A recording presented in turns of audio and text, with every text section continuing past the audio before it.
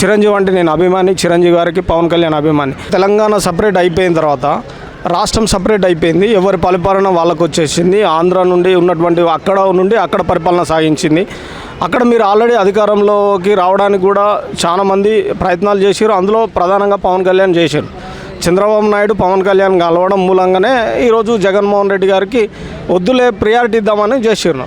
So అక్కడ అభివృద్ధి చేసుకోవాలి అవకాశం చాలా ఉన్నాయి ఏపీలో కూడా. సో అక్కడ ఏపీలో కూడా చాలామంది అంటే పేదలు ఉన్నారు, బీపీఎల్ కుటుంబాలు చాలా ఉన్నాయి. మరి వాళ్ళని చేసుకుంటే బాగుంటుంది. కానీ అక్కడ వదిలిపెట్టి ఇక్కడికి వచ్చి నేను చేస్తా అంటే నేనేమనుకుంటున్నానంటే చంద్రబాబు నాయుడు గారు సాల్లే ఇక పవన్ కళ్యాణ్ నేను చేసుకుంటా అధికారము, ఇక నువ్వు పోయి ఆడ చూడని కొద్దిగా ఏమన్నా చిన్న లైట్గా అట్లా ఏమన్నా ఇంటిచ్చినో అని నా ఆలోచన. ఎందుకంటే ఇక్కడికి వచ్చినా కూడా అధికారం అక్కడ పోతుంది, మళ్ళీ ఇక్కడ ఏం కాకుండా అయిపోతుంది. అక్కడనే చేసుకొని అక్కడనే ఉంటేనే బెటర్. కవిత గారు విమర్శించారంటే ఇప్పుడు పవన్ కళ్యాణ్ గతంలో వాళ్ళ అన్న అయితేంది ప్రజారాజ్యం పార్టీ అని పెట్టి తర్వాత యువరాజ్యం అధ్యక్షుడు అని చెప్పి చాలా ప్రయోగాలు చేశారు. కాకపోతే అప్పుడున్నటువంటి టైంలో అప్పుడు కొనసాగింపు లేదన్నట్టు, అంటే అది లేకుండా పోయింది. కవిత గారు అంటున్నారంటే ఆమె ఉద్దేశం ఏంటంటే వీళ్ళందరూ వస్తేదంటే ఏం కాదు, పవన్ కళ్యాణ్ ఏం కాదు, ఎవ్వరు వచ్చినా ఏం కాదు. ఇలాంటి ప్రజల నిర్ణయం అనేది చాలా ఇంపార్టెంట్. ఎవ్వరు వచ్చినా రేపు పొద్దున ఎవరో వచ్చి ఏదో ప్రయోగాలు చేసినా కూడా ప్రజల అనే విశ్వాసం ఏదైతే ఉందో అది చూస్తారు. తెలంగాణ ప్రజలు సామాన్యులు కాదు, తెలియగల వాళ్ళంటారు. మరి ఇక్కడ ఉన్న బీఆర్ఎస్ని కాంగ్రెస్ని వదిలిపెట్టి పవన్ కళ్యాణ్ పార్టీకి ఓట్లు వేసి గెలిపిస్తారు? లేదు, అసాధ్యం. అసాధ్యం అది. ఎందుకు చెప్తున్నాను సాధ్యం కాదనంటే పవన్ కళ్యాణ్ గారు వాళ్ళ అన్న ఇద్దరు అప్పుడు ఉన్నటువంటి మూమెంట్లో అప్పుడు ఎవ్వరు లేరు. ఆ టైంలో వచ్చి మొత్తం రాష్ట్రం మొత్తం పాదయాత్రలు చేసి ఇది చేసినా కూడా జనాలు యాక్సెప్ట్ చేయకపోయారు. ఒకటి. రెండో, దాని తర్వాత తెలంగాణ ఉద్యమంలో కూడా వీళ్ళు చేసింది ఏంటంటే చంద్రబాబు నాయుడు డైరెక్ట్ క్లియర్ చెప్పేసిండు అది 2 కళ్ళ సిద్ధాంతం అని. పవన్ కళ్యాణ్ గారు కూడా మరి వీళ్ళు నాకు తెలంగాణ గురించి ఏం మాట్లాడలేదు. మేము కూడా అప్పుడు యువరాజ్యంలో పనిచేసినాం. పవన్ కళ్యాణ్ గారిని సూర్యాపేటకు తీసుకొచ్చినాం, మీటింగ్ పెట్టించినాం. చిరంజీవి అంటే నేను అభిమాని, చిరంజీవి గారికి పవన్ కళ్యాణ్ అభిమాని. అయినా కూడా అప్పుడు ఉన్నటువంటి బీసీ మూమెంట్ ఏదైతుందో గతంలో ఉన్నటువంటి ఈ కమ్యూనిటీ క్యాస్ట్ సంబంధించిన అందరు చేస్తారు, బీసీలకు అవకాశం ఒకటి వస్తే బాగుంటుందని ఆ కోణంలో చాలామంది ఆలోచించారు. కాకపోతే అప్పుడు తిరిగినటువంటి పవన్ కళ్యాణ్ అభిమానులు ఎవరైతే ఉన్నారో వాళ్ళు కనీసం ఒక 18 years లోపే ఉన్న వాళ్ళే ఎక్కువ ఉన్నారు, ఓటు లేదు వాళ్ళకి. అట్లా కొంత మైనస్ అయింది. రెండోది ఏంటంటే తెలంగాణ ఉద్యమం అనేది చాలా ఇంపార్టెంట్. దానికి సపోర్ట్ చేయలేదు, ఇటు పవన్ కళ్యాణ్ చేయలేదు, చిరంజీవి చేయలేదు. దాని మూలంగా చాలామంది బ్యాక్ అయినారు ఎవరైతే చదువుకున్నారో. ఉద్దేశం ప్రధానమైంది నీళ్లు, నిధులు, నియామకాలు.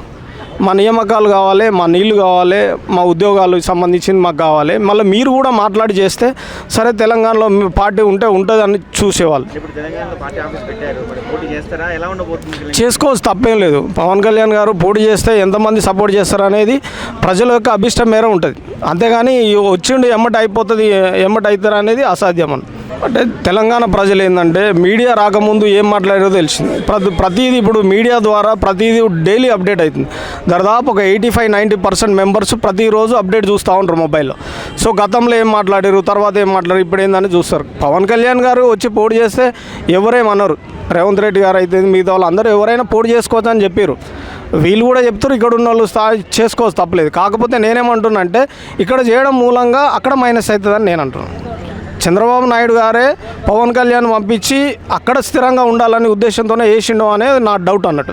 అక్కడ హామీలు నెరవేర్చారంటే ఫస్ట్ లోకల్గా ఉన్నటువంటి స్థానికంగా ఆయన బలం పెంచుకుంటే రేపొద్దున అన్నీ తెచ్చుకున్నారు కదా నిధులు. మోడీ గారి నుంచి చాలా నిధులు తెచ్చుకుంటారు, డెవలప్ చేస్తుండ్రు. ఇక్కడ కంపెనీలు పెట్టే ఎస్టాబ్లిష్ అక్కడ పెట్టవచ్చు. అక్కడ చాలా అనుకూలంగా ఉన్నది కదా. ఇప్పుడు ఎవరు లేరు కదా. బలమైన నాయకుడు చంద్రబాబు నాయుడు, బలమైన నాయకుడు ఇటు ప్రజల మద్దతు ఉన్నది పవన్ కళ్యాణ్. ఇంత బలం చేయింది కాబట్టి ఆడ అధికారం వచ్చింది. పర్మిషన్ అంటే ఏంటంటే ఇప్పుడు తెలంగాణ రాష్ట్రం ఏర్పడ్డ రోజు ప్రజలందరితోనే ఏదో మీటింగ్ పెట్టుకుంటే అది వేరు. కానీ దాని ముందే అది చేస్తా ఇది చేస్తా అట్లా ఇట్లా అని ఏదైతే ఉండదో దానివల్ల డిస్టర్బ్ అవుతుంది.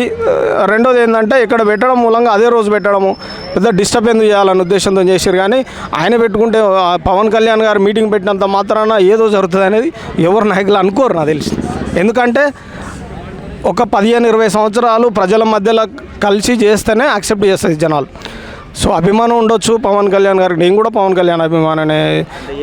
పార్టీ ఆఫీస్ పెట్టుకుంటారు ఎందుకంటే ప్రజల వాళ్ళకున్న అభిమానుల కోసమో లేకపోతే ఇక్కడ కొంత ఉనికి ఉండాలనే ఉద్దేశంతో కొంత ఉనికి కోసం స్నేహపూర్వక పోటీ చేస్తారు.